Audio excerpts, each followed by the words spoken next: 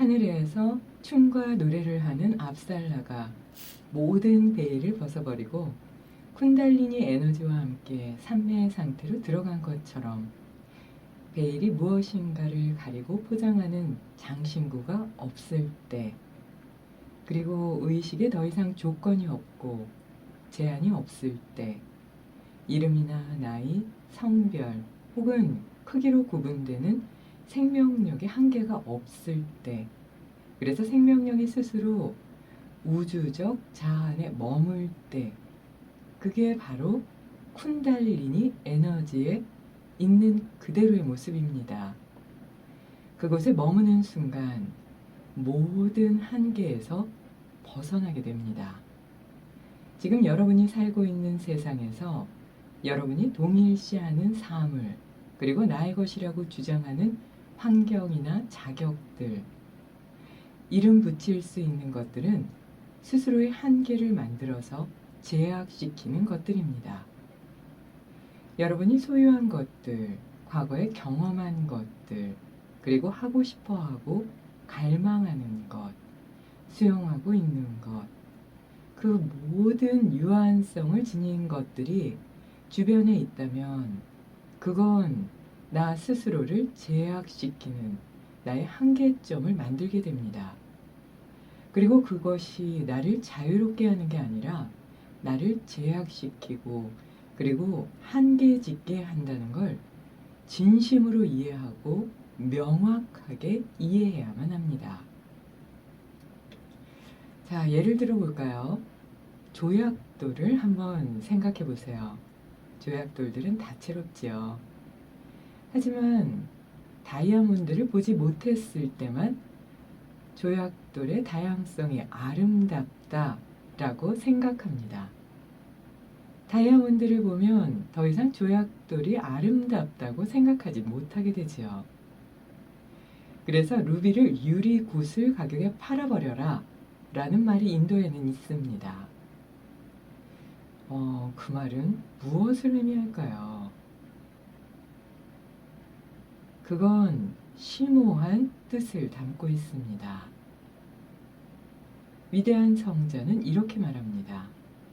당신이 아무런 수입도 없이 하루에 21,600배의 호흡을 한다고 생각해 보세요. 이것이 바로 우리의 상태입니다. 인간은 24시간 동안 21,600회의 호흡을 한다고 말합니다. 이것이 우리의 소비 지출입니다. 그럼 수입은 어떻게 얻고 있나요? 수입이 없이 소비만 할 경우 있는 것들을 모두 소진하고 나면 시들고 말라 죽은 통나무 같은 몸이 됩니다. 따라서 하늘에 간 위대한 요기가 말한 것은 무엇인가를 벌어들이고 소비는 천천히 적게 해야만 한다. 지나치게 빨리 써버려서는 안 된다. 라는 말을 한 것입니다.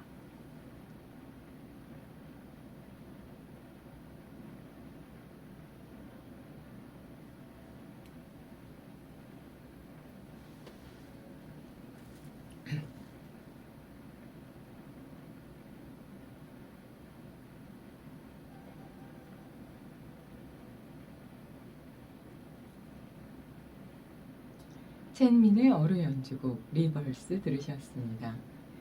그러니까 쿤달린이라는 건 아주 어려운 개념이 아니라 나를 싸고 있는 모든 베일을 벗어버리고 남아있는 그 순수한 상태, 춤추는 여인의 베일이 다 벗겨지고 남은 몸 그 자체가 쿤달리니인 것처럼 나를 감싸고 있는 이름이나 나이나 성별 그리고 크기, 이런 그 모든 조건들, 사회적으로 당신은 누굽니까? 이랬을 때 저는 원정회예요.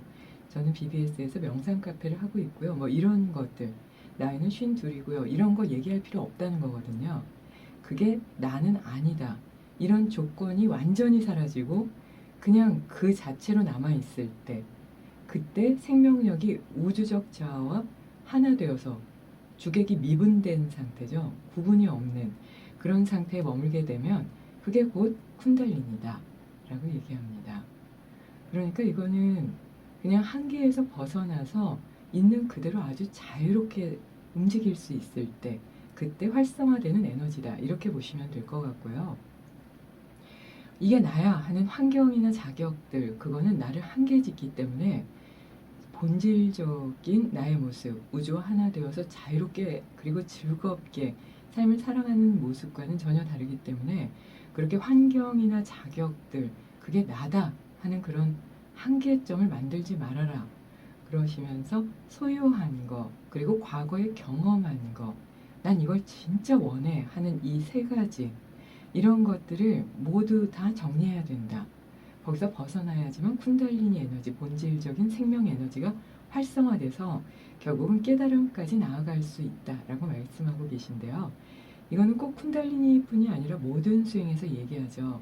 소유하고 있는 집이나 차나 이게 나를 결정하는 게 아니고 과거에 내가 무엇을 경험했던 괴롭건 그게 대단한 것이건 이미 지나가서 현재는 존재하지 않기 때문에 지금의 나와는 전혀 상관없다. 이렇게 생각할수록 훨씬 더 자유로워질 수 있는데 거기에 제약되어서 사람들은 내가 과거에 이렇게까지 살았던 사람인데 지금 이렇게 사는 건 너무한 거 아니야? 하면서 자괴감을 느끼기도 하고요.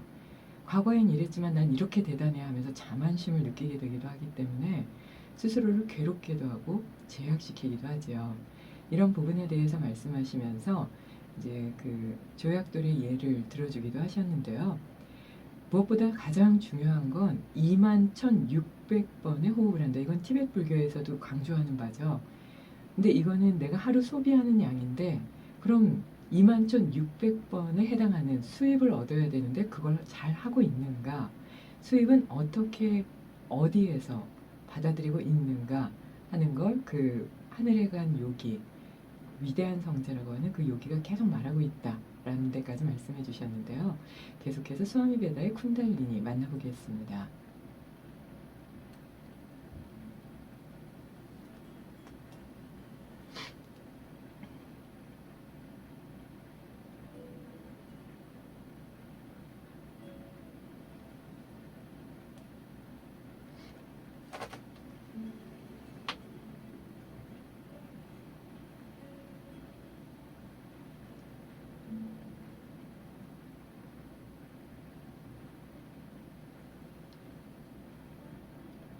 자, 그럼 소진된 에너지를 우리는 어디에서 얻을 수 있을까요? 에너지의 수입은 생명력 에너지인 프라나의 진동을 통해서만 얻을 수 있습니다. 생명 에너지가 진동할 때만 에너지의 수입이 가능한 것입니다. 그러니까 생명력을 잘 유지하기 위해서는 마음의 베일, 그리고 쿤달리니 너머의 생명 에너지인 뿌라나의 베일 체계를 이해해야만 합니다. 생명 에너지인 뿌라나, 마음, 쿤달리니는 세 가지로 구별되어 있기는 하지만 서로서로 조화를 이루는 힘입니다. 자, 여기서 힘이라는 낱말은 아주 조심스럽게 사용해야 됩니다.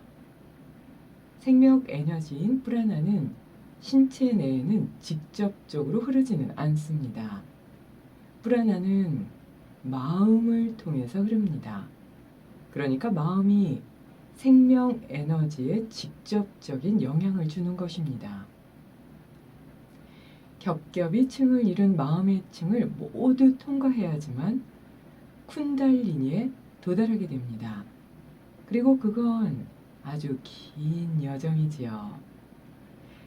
하지만 여러분의 의지가 강하다면 손가락으로 가볍게 치는 것만으로도 베일을 통과하고 깨달을 수 있습니다. 이건 불교에서 얘기하는 도노 돈수와도 같습니다. 우리는 실제로 우리의 인식을 점진적으로 순화시킬 수 있습니다. 그리고 그 인식을 두 개의 미세한 순간 사이의 공간을 나누는데 이용할 수 있지요. 물질의 의지에서는 깊이 들어갈 수 없는 것입니다. 물질은 두껍고 무디기 때문입니다. 그래서 깊게 들어가기 위해서는 진동과 같이 뭔가 예리한 것이 필요합니다. 그러기 위해서는 마음을 진동 위에 얹어 두어야만 합니다. 탄트라 문헌에는 뿌라나 쿤달리니라고 불리는 용어가 있습니다. 사람들은 모두 생명 에너지인 뿌라나를 가지고 있으며 뿌라나의 전 영역은 쿤달리니가 향해 나아가는 길과 같기 때문에 그걸 뿌라나 쿤달리니라고 합니다. 그러니까 생명력이 이어지는 길이라고 생각하시면 되겠습니다. 요가적으로는 어떻게 이 에너지가 작동하는지 설명할 수 있습니다. 하지만 과학적으로는 그 작동의 이유를 설명하기 어렵습니다. 아니, 설명할 수 없지요. 예를 들어서 그건 정확히 똑같은 감염 환경에 놓인 두 사람에게 한 사람은 감염을 시키고 다른 한 사람은 아무리 감염을 시키려고 해도 감염되지 않는 것과도 같습니다. 이러한 현상이 나타나는 건 생명 에너지인 뿌라나의 상태가 각자 다 다르기 때문입니다.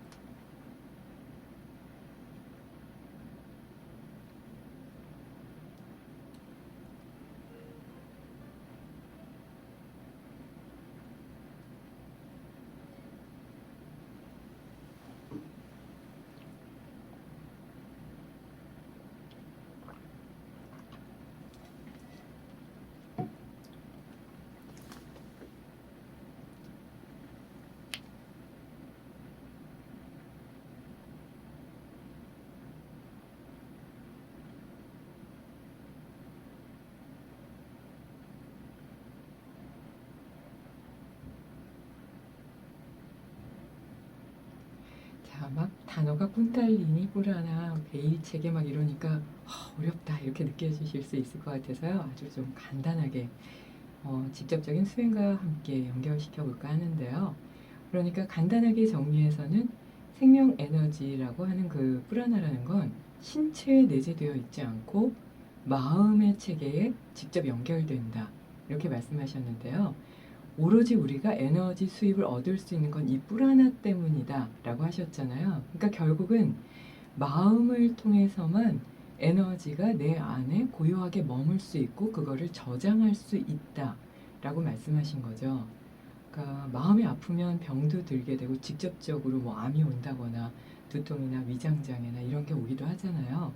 그러면서 에너지를 많이 소모하게 되고 화를 내면 직접적으로 또 나쁜 에너지가 나를 쓰러뜨리게 할 만큼의 뭐 고혈압이 된다든지 뭐 이렇게 또는 뇌 이상이 온다든지 해서 직접적인 영향을 미치게 되죠. 그래서 내가 에너지를 쌓게 만들려면 그 마음의 층, 겹겹이 층을 이루고 있는 그 층을 모두 통과해야지만 그래야지만 에너지를 고요하게 내 안에 저장할 수 있는데 그건 아주 긴 여정이다.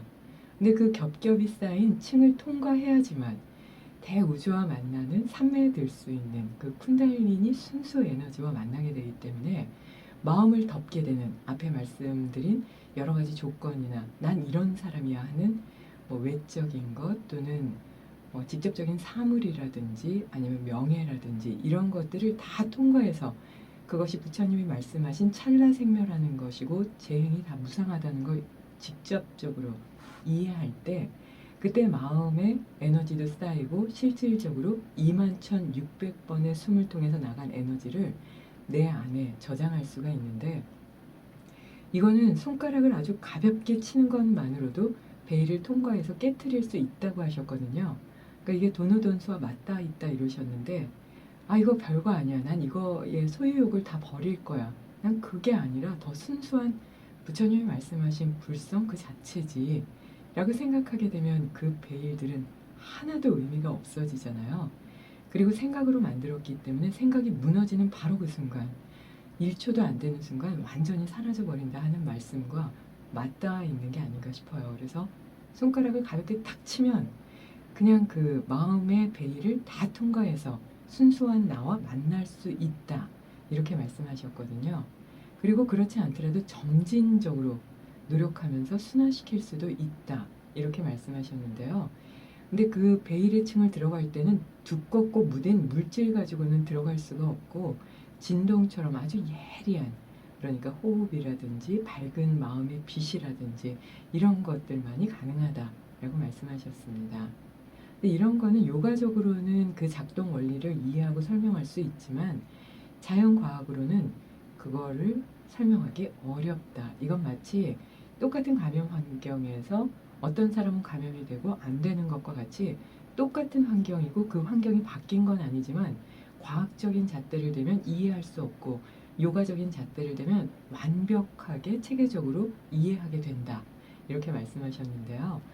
좀 마음을 열고 모든 걸 좀 버린다, 비운다 하는 걸 실질적으로 한번 하나하나 작은 것부터 실천해 봐야 되겠다 하는 생각을 하게 되는 그런 글이 아니었나 싶습니다. 라디오 힐링 요가 시간입니다. 소설 지났죠. 대설도 지났죠. 11월에 이미 소설이 지나고요. 12월 7일도 오늘이 대설이네요. 그러니까 오늘도 이제 대설이 지났는데요. 겨울이 좀 깊어가고 있어서 겨울철 건강법에 대해서 준비를 해봤습니다. 겨울철에서는 동면을 취하듯 그렇게 움직여야 된다. 모든 생명이 동면을 취하니까 사람도 그렇기 때문이다 라고 전해지고 있고요. 입동에는 동물들이 땅속에 굴을 파서 숨고요. 사냐의 나뭇잎이 떨어지고 풀들이 말라간다. 낙엽이 지는데 나무들은 겨울을 지내는 동안 영양분의 소모를 최소한 줄이기 위한 이건 자연의 이치다. 그러니까 낙엽이 지는 건 에너지가 그쪽으로 발산되지 않게 하기 위해서 나무가 스스로 지혜롭게 에너지 소모량을 줄이는 거다. 이렇게 전해지거든요. 근데 이걸 심리학적으로는 계절 우울증으로 보고 있죠. 그래서 그렇게 말라가는 걸 보면서 또 햇볕량도 작아지면서 우울증도 올 수 있다. 이렇게 보기 때문에 동의보감에서는 그런 내용이 없지만 현대에 있는 그런 지식도 함께 활용한다면 도움이 될 것 같고요. 이런 겨울이 되면 신장과 방광이 좀 많이 약해질 수 있어서요. 오늘은 신장에 대해서 좀 준비를 했는데요. 귀를 신장의 축소판이라고 보기도 하죠. 그리고 신장을 몸과 마음의 그릇이라고 표현하기도 합니다. 그러니까 신장이 깨지면 몸과 마음의 그릇이 깨지고 물줄기의 흐름이 원활해지지 않아서 목소리가 이렇게 갈라진다거나 히스테리해지고 얇게 소프라노처럼 올라갈 수도 있다고 보거든요. 그래서 목소리를 보면서도 신장의 건강을 볼 수가 있고요. 얼굴이 좀 거무죽죽하다거나 귀에 때가 많이 끼고 기름때 같은 냄새가 좀 난다면 그때도 신장의 건강을 한번 볼 필요가 있다고 봅니다. 그때는 검은콩이나 검은쌀, 검은깨, 다시마 같이 검은색이 많이 도움이 될 수가 있고요. 신장의 건강을 위해서는 찬 음식, 이 찬 음식은 술도 들어가거든요. 그래서 찬 성분의 음식 그리고 실제 온도가 찬 것 이거는 다 피하는 게 좋고요. 무거운 거 들지 않아야 되니까 겨울에 실내라고 해서 웨이트 트레이닝 하시면서 무거운 거 들고 으쌰으쌰 운동하게 되면 허리가 좀 많이 다치고 부종이 오면서 살도 잘 안 빠지게 되니까 주의하셔야 될 것 같아요. 그리고 젖은 옷이나 젖은 자리에 있는 걸 피해야 된다고 했는데요. 반대로 신장이 약한 분들은 수영을 한다거나 물 안에서 아쿠아로빅 하는 걸 좀 주의해서 의사 선생님과 상의한 이후에 하셔야 될 것 같고요. 증상이 약한 분들은 괜찮지만 심한 분들은 몸의 증상에 따라서 잘 조절해야 되시지 않을까 싶어요. 무엇보다 겨울에는 밤이 길다고 해서 야식을 하거나 술을 먹으면 두려운 마음도 많아지고 그래서 몸의 활기, 마음의 그 활기도 다 잃어버릴 수 있다고 하니까요. 겨울에 뭐 밤에 추운데 운동하기도 그렇고 누구 만나기도 그렇고 술 이러고 드시면 이건 좀 위험해집니다. 그때는 앉아서 명상을 하시거나 부처님 말씀의 경전을 그렇게 좀 읽어보시면 어떨까요? 안 반가워하는 분들 꽤 계실 것 같은데요. 그래서 여기에 신장에 도움이 되는 소리는 숨을 마셨다가 내쉬면서 시읒 하고 바람 빠지듯 소리를 내는데요. 이게 시읒 소리는 물의 소리, 그러니까 신장을 자극하는 소리가 되어서 도움이 되기 때문에요. 소변에 소통이 어려울 때 아이들한테는 쉬 이러면 소변 보죠. 응가 이러면 대변 보고요.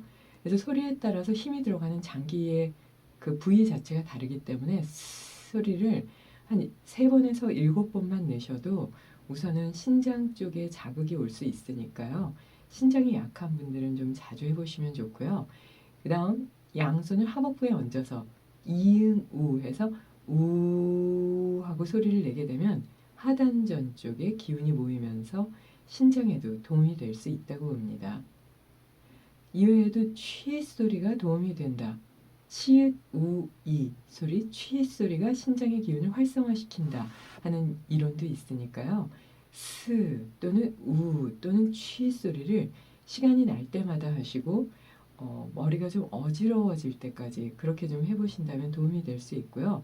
특히 여기서 자꾸 으 소리가 들어가는 건 으 할 때 아이고야 하면서 이렇게 왜 무거운 걸 드신다거나 으쌰 이렇게 하잖아요. 그때는 뼈에서부터 힘을 끌어내는 소리라고 하거든요. 그래서 신장은 또 뼈의 건강과도 직접 연결이 되지요. 그래서 으 소리가 계속 이어지니까요. 그 이치를 좀 이해해서 하신다면 훨씬 더 효과가 있지 않을까 싶습니다. 말씀드린 신장에 도움이 되는 소리를 명상음악과 함께 준비했습니다.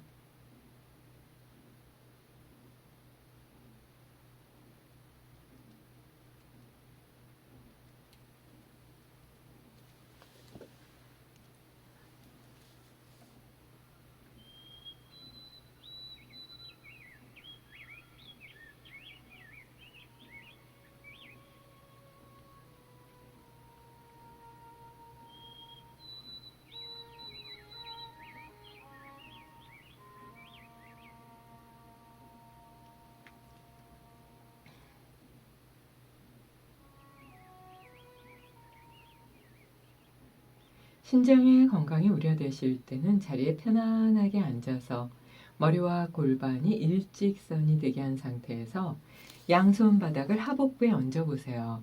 숨을 마셨다가 내쉬면서 시읒 으 하는 소리를 냅니다. 다시 한번 해보실까요? 숨을 마셨다가 내쉬면서 소리를 냅니다. 이렇게 3회, 4회 정도 반복해 한 후 이번에는 이응, 우 하고 하복부가 울리도록 소리를 내보세요. 숨을 마셨다가 내쉬면서 우 소리와 함께 하복부의 울림을 느껴봅니다. 자, 그리고 이제 양손 바닥을 등 뒤쪽 신장 부위에 가져가 보세요. 숨을 마셨다가 내쉬면서 쉬 하고 등이 울릴 정도로 소리를 냅니다. 다시 한번 해보실까요? 숨을 마셨다가 내쉬면서 쉬